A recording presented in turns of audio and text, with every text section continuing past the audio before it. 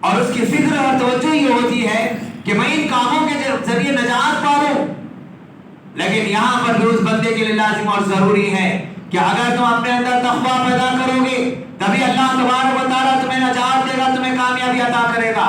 اگر تم نے دنیا کی عظیم چیزوں کو بھی انجام دے لیا ہے لیکن اگر تمہارے اندر تقویٰ اور پرہیزگاری نہیں ہے تو تمہاری اس صورت میں تمہارے یہ اعمال تمہاری کامیابی ناممکن ہے. اللہ تعالیٰ کے پاس تم کامیاب ہونا یہ ناممکنات میں سے ہو جائے گا, کیونکہ اللہ تبارک و تعالیٰ نے صاف طور پر ارشاد فرمایا ہے کہ لعلکم تفلحون, تم شاید کہ فلاح پا جاؤ گے. کس بنیاد پر؟ واتقوا اللہ, اللہ سے ڈرو, تقویٰ اختیار کرو, اللہ کا خوف اپنے اندر پیدا کرو. لعلکم تفلحون, اس بنیاد پر شاید اللہ رب العالمین تمہیں کامیابی عطا کر دے. عزیزان محترم, اللہ تبارک و تعالیٰ نے قرآن مجید میں ارشاد فرمایا ہے کہ تم اللہ رب العالمین سے ڈرتے رہو. کتنا ڈرنا چاہیے؟ مستطاعتم, جتنی تمہارے اندر طاقت ہے اتنا تم اللہ تعالیٰ سے ڈرتے رہو. اور آئیے, یہ تقوی کا ایک فائدہ یہ ہے کہ اگر بندہ اللہ تبارک و تعالیٰ کا تقوی اپنے اندر پیدا کر لیتا ہے, معاشی طور پر کمزور ہے, حالات اس کے سنگین ہے, کمائی کے لیے پریشان ہے, اگر کوئی بندہ ان حالات میں تقوی اور پرہیزگاری اختیار کر لیتا ہے, یعنی حرام کی طرف نہیں جاتا, تنگی کے اندر بھی صبر کرتا ہے, اللہ تبارک و تعالیٰ ایسے بندوں کے لیے رزق کا انتظام کر دیتا ہے. جیسے اللہ رب العالمین کا فرمان ہے وَمَن يَتَّقِ اللَّهَ يَجْعَل لَّهُ مَخْرَجًا وَيَرْزُقْهُ مِنْ حَيْثُ لَا يَحْتَسِبُ, اور جو بندہ بھی تقوی اور پرہیزگاری اختیار کر لیتا ہے یجعل لہ مخرجا, اللہ اس کے لیے راستے نکال دیتا ہے, وَيَرْزُقْهُ مِنْ حَيْثُ لَا يَحْتَسِبُ, اور اسے اس مقام سے رزق دیتا ہے جہاں اسے کوئی گمان تک نہیں ہوتا. ایسے مقامات سے اللہ رب العالمین اس بندے کو رزق عطا کرتا ہے. شرط یہ ہے کہ ان سنگین حالات میں وہ تقوی اور پرہیزگاری کو اختیار کرے. اس تقوی اور پرہیزگاری کی بنیاد پر انسان کی معیشت کو اللہ رب العالمین درست کر دیتا ہے, اس کی معاشی تنگی دور ہو جاتی ہے تقوی اور پرہیزگاری اختیار کرنے کی وجہ سے. اور عزیزان محترم, اگر کوئی بندہ حالات سے متاثر ہے, ماحول بگڑا ہوا ہے, اس کے کوئی کام نہیں بن رہے ہیں, بہت سارے لوگوں کی یہ بات ہوتی ہے کہ ہمارے کام نہیں بنتے, ہمارا کام منہ تک آ جاتا ہے پھر اس کے بعد وہ کینسل ہو جاتا ہے, اکثر لوگوں کا یہ کہنا ہوتا ہے. ایسے لوگوں کے لیے بھی اللہ تبارک و تعالیٰ نے یہی پیغام دیا ہے یا ایھا الذین آمنوا اتقوا اللہ وقولوا قولا سدیدا, اے ایمان والو تم تقوی اور پرہیزگاری اختیار کرو اور اپنی زبانوں کو صحیح اور درست استعمال کرو. اس کا فائدہ کیا ہوگا؟ یصلح لکم اعمالکم, اللہ تمہارے کاموں کو درست کر دے گا, اللہ تمہارے بگڑے ہوئے چیزوں کو درست کر دے گا. ویغفر لکم ذنوبکم, اور اللہ تعالیٰ تمہارے گناہوں کو بھی معاف کر دے گا. عزیزان محترم, جیسے آج ہماری یہ شکایت ہوتی ہے کہ ہمارا کام نہیں بن رہا ہے, ان تمام کے لیے پیغام ہے اپنے اندر تقوی اور پرہیزگاری اختیار کریں, شریعت کو ویسے اپنائیں جیسے اللہ کے نبی صلی اللہ علیہ وسلم نے اپنانے کی تعلیم دی ہے. اس بنیاد پر اللہ تبارک و تعالیٰ ان لوگوں کے بگڑے ہوئے کاموں کو درست کر دے گا. یہ بہت اہم ترین بات ہے. آئیے عزیزان محترم, اتنا ہی نہیں, اللہ رب العالمین ایک بندے سے دنیا میں اس کی شکل و صورت, اس کا خاندان, اس کا حسب و نسب دیکھ کر قیامت والے دن فیصلہ کرنے والا نہیں ہے. اللہ تعالیٰ قیامت والے دن جو فیصلہ کرے گا انسان کے اعمال, انسان کے تقوی کو دیکھ کر. یا ایھا الناس, اے لوگو, انا خلقناکم من ذکر و انثی, کہ ہم نے تمہیں ایک مرد اور ایک عورت سے پیدا کیا ہے. وجعلناکم شعوبا و قبائل, اور ہم نے تمہارے درمیان خاندان اور قبیلے بنائے ہیں. لتعارفوا, تاکہ تم ایک دوسرے کو جان سکو, پہچان سکو. یہ شناخت کے لیے اللہ رب العالمین نے خاندان اور قبیلے بنائے ہیں, لیکن یہ خاندان اور قبیلے اللہ کے پاس معیار نہیں ہے. ان اکرمکم عند اللہ اتقاکم, اللہ تبارک و تعالیٰ کے پاس تمہارا سب سے معزز انسان وہ ہوگا جو تم میں سب سے زیادہ متقی اور پرہیزگار ہوگا. تقوی اور پرہیزگاری اختیار کرنے والوں کو اللہ رب العالمین عزت سے نوازے گا. یہ بہت اہم ترین بات ہے. آئیے عزیزان محترم, اتنا ہی نہیں, اگر کوئی بندہ اپنے اندر تقوی اور پرہیزگاری اختیار کر لیتا ہے تو اس کا بہت بڑا فائدہ یہ ہوتا ہے جیسے اللہ تبارک و تعالیٰ نے فرمایا یا ایھا الذین آمنوا ان تتقوا اللہ، اے ایمان والو اگر تم لوگ تقوی اور پرہیزگاری اختیار کر لو گے یجعل لکم فرقانا، اللہ تبارک و تعالیٰ تمہارے اندر فرقان عطا کرے گا۔ فرقان کیا ہے؟ ایک ایسی صلاحیت کہ بندہ جائز اور ناجائز کے اندر فرق کرنے والا بن جاتا ہے، حلال اور حرام کے اندر فرق کرنے والا بن جاتا ہے، مباح کیا چیز ہے وہ جاننے والا بن جاتا ہے۔ عزیزان محترم، بہت سارے لوگ ایسے ہیں اس تقوی اور پرہیزگاری نہ ہونے کی وجہ سے حلال اور حرام کے اندر تمیز کو ختم کر دیے ہیں، جائز اور ناجائز کے فرق کو ختم کر کے رکھ دیے ہیں۔ آج بہت سارے ایسے لوگ ہیں جو ایمان کا دعویٰ کرتے ہیں لیکن اپنی زندگیوں کے اندر حرام کام کو برابر انجام دیتے رہتے ہیں۔ ان کے اندر یہ صلاحیت ختم ہو گئی ہے کہ کون سی چیز شریعت میں حلال کیا ہے، کون سی چیز شریعت میں حرام کیا ہے۔ ہماری زندگی کے سارے اعمال کا جائزہ لے کر دیکھیں کتنی برائیاں ہمارے اندر موجود ہیں جو ہم بلا کسی جھجک کے اس کو انجام دیتے چلے جا رہے ہیں۔ حقیقی معنوں میں اللہ تبارک و تعالیٰ نے ہمارے اندر سے اس مادے کو ختم کر دیا ہے۔ اگر یہ مادہ اپنے اندر چاہتے ہو تو اپنے اندر تقوی اور پرہیزگاری اختیار کرو۔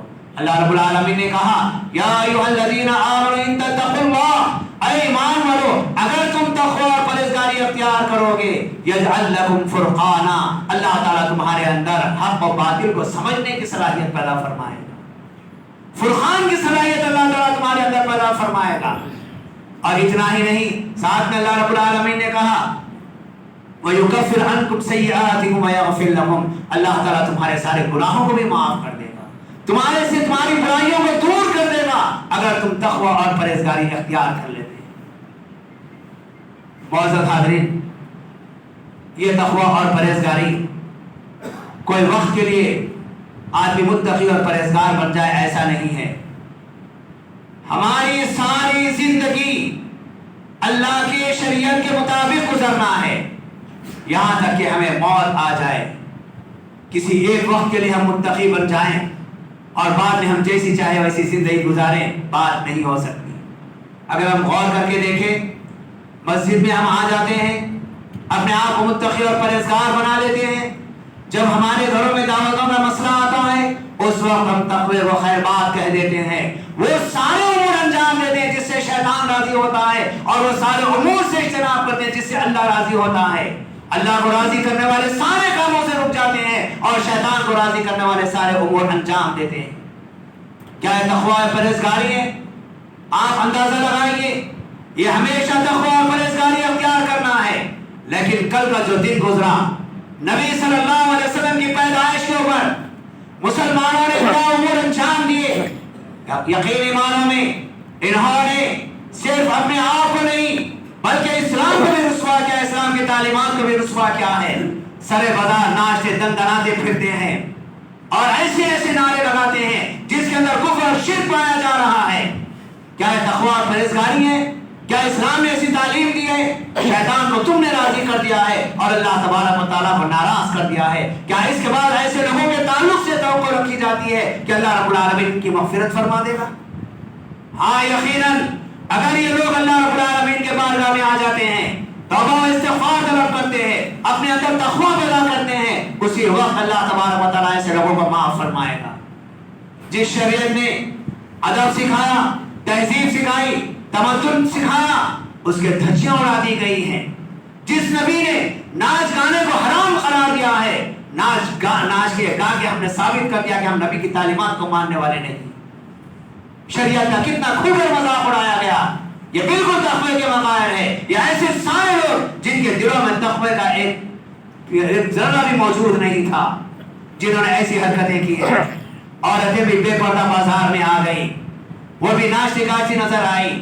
بڑے بڑے علماء کرام جو اپنے چہروں پر داڑھی رکھے ہوئے، پگڑی بنے ہوئے، یہ لوگ بھی ناچتے کودتے نظر آئے۔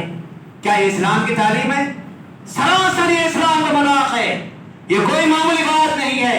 اس اسلام کے خلاف اگر کوئی غیر مسلم ایک لفظ بھی کہہ دیتا ہے، سارے مسلمانوں کا خون گرم ہو جاتا ہے، سارے مسلمان غیظ و غضب میں آ جاتے ہیں۔ لیکن یہ مسلمان جو اسلام کے دھجیاں اڑا رہے ہیں، اسلامی تعلیمات کو رسوا کر رہے ہیں، اللہ کے نبی صلی اللہ علیہ وسلم کی زندگی کا مذاق اڑا رہے ہیں، ان کے تعلق سے ہم کیا کہیں گے؟ کیا اس کے بعد یہ جنت کے مستحق بن جائیں گے؟ آئیے عزیزان محترم، اللہ تبارک و تعالیٰ نے کہا یا ایھا الذین آمنوا اتقوا اللہ حق تقاتہ ولا تموتن الا وانتم مسلمون۔ اے ایمان والو، تم لوگ اللہ رب العالمین سے ڈرو، تقوی اور پرہیزگاری اختیار کرو، حق تقاتہ، جیسے اسے ڈرنے کا حق ہے ویسے ڈرو، اپنی مرضی اور منشا سے نہیں۔ شریعت نے جیسے تقوی اختیار کرنے کی تعلیم دی ہے، اس انداز سے تم تقوی اختیار کرو، یہاں تک کہ تمہاری موت بھی آ جائے تو تم حالت تقوی میں اس دنیا سے رخصت ہو۔ وقتیہ طور پر اللہ کا ڈر دکھانا اور اس کے بعد پھر اپنی مرضی کے مطابق زندگی گزارنا، یہ کوئی زندگی نہیں ہے۔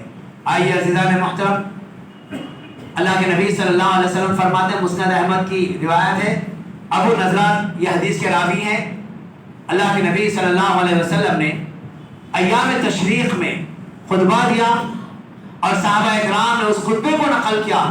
نبی صلی اللہ علیہ وسلم فرماتے ہیں کہ اے لوگوں سنو، تمہارا رب ایک ہے، تمہارا باپ بھی ایک ہے، تمہارے نبی بھی ایک ہے، اور سن لو اللہ تبارک و تعالیٰ نے کسی کالے کو گورے پر کوئی فوقیت نہیں دی ہے، اور کسی گورے کو کسی کالے پر کوئی فوقیت نہیں دی ہے، کسی عرب کو عجمی پر کوئی فوقیت نہیں دی ہے، اور نہ کسی عجمی کو عرب پر کوئی فوقیت دی ہے، بلکہ اللہ تبارک و تعالیٰ تمہارے مال کو دیکھنے والا نہیں ہے، تمہاری صورتوں کو دیکھنے والا نہیں ہے۔ اللہ رب العالمین ینظر الی اعمالکم وقلوبکم، اللہ تو تمہارے اعمال کو دیکھنے والا ہے اور تمہارے دلوں کی کیفیت کو دیکھنے والا ہے، اس کے مطابق اللہ رب العالمین فیصلہ فرمانے والا ہے۔ اگر ہمارے دلوں کے اندر تقوی اور پرہیزگاری ہے، اور اگر ہمارے اعمال کے اندر صالحیت موجود ہے، اسی بنیاد پر اللہ تعالیٰ کے پاس عزت ہے، اور اسی بنیاد پر ایک بندہ کامیاب ہو کر جنت میں داخل ہونے والا ہے۔ ہم سب کی ذمہ داری ہے ہم اپنے اپنے اعمال کا محاسبہ کریں، اپنے آپ کا جائزہ لے کر دیکھیں، اور ہمارے معاشرے کے اندر جو برائی پھیلی ہوئی ہے، اس برائی کو روکنا یہ ہماری اپنی ذمہ داری ہے۔ بہت دکھ اور افسوس کی بات ہے کہ آج ہم نے اسلام کا کیسے کیسے مذاق اڑایا ہے۔ آئیے عزیزان محترم، جو لوگ تقوی اور پرہیزگاری اختیار کرتے ہیں، اللہ تبارک و تعالیٰ کا وعدہ ہے کہ میں ایسے لوگوں کے ساتھ ہوں، ان اللہ مع الذین اتقوا، یقیناً اللہ رب العالمین ان لوگوں کے ساتھ ہے جو تقوی اور پرہیزگاری اختیار کرتے ہیں۔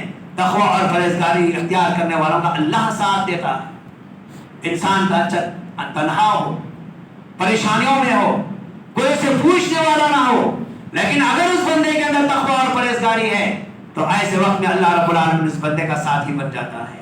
عزیزان محترم، اتنی ہی بات نہیں ہے، کل قیامت والے دن بھی پل صراط سے جہاں گزارا جائے گا، اللہ کے نبی صلی اللہ علیہ وسلم فرماتے ہیں، اے عائشہ، جب پل صراط کا موقع آئے گا جس پر سے ہر انسان کو گزرنا لازم ہوگا، یہ اتنا خوفناک منظر ہوگا کہ بچے مارے حیبت کے بوڑھے ہو جائیں گے، اور دودھ پلانے والی مائیں ہیں یہ اپنے بچوں کی طرف کوئی توجہ نہیں دے گی۔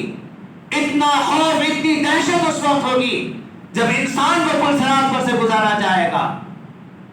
اللہ تبارک و تعالیٰ قرآن مجید میں ارشاد فرماتا ہے کہ اس وقت گنہگار لوگ پل صراط پر سے جب گزارا جائے گا، کٹ کٹ کر جہنم میں گرتے جائیں گے۔ ثم ننجی الذین اتقوا، پھر وہی لوگ اس پل صراط پر نجات پائیں گے جو دنیا کے اندر تقوی اور پرہیزگاری اختیار کرنے والے تھے۔ دنیا کے اندر بھی تقوی اور پرہیزگاری سے انسان کے لیے نجات ہے، اور آخرت میں بھی انسان کی نجات اسی تقوی اور پرہیزگاری کی بنیاد پر ہے۔ معزز حاضرین، تقوی اور پرہیزگاری کے تعلق سے بہت ساری باتیں ہیں، لیکن میں نے آپ کے سامنے بہت مختصر سی باتیں رکھی ہیں، کیونکہ وقت پر خطبہ ختم کرنا ہے، اس لیے میں نے بہت ساری چیزوں کو چھوڑ کر چند باتیں آپ کے سامنے رکھی ہیں۔ آپ تمام سے میں یہی گزارش کروں گا، اللہ تبارک و تعالیٰ نے اپنے بہت ساری نعمتوں سے ہمیں نوازا، اس کی نعمتوں میں پل بڑھ کر ہم اس عمر تک پہنچ چکے ہیں۔ یہ موقع اللہ تبارک و تعالیٰ کی طرف سے ہمیں ملا ہے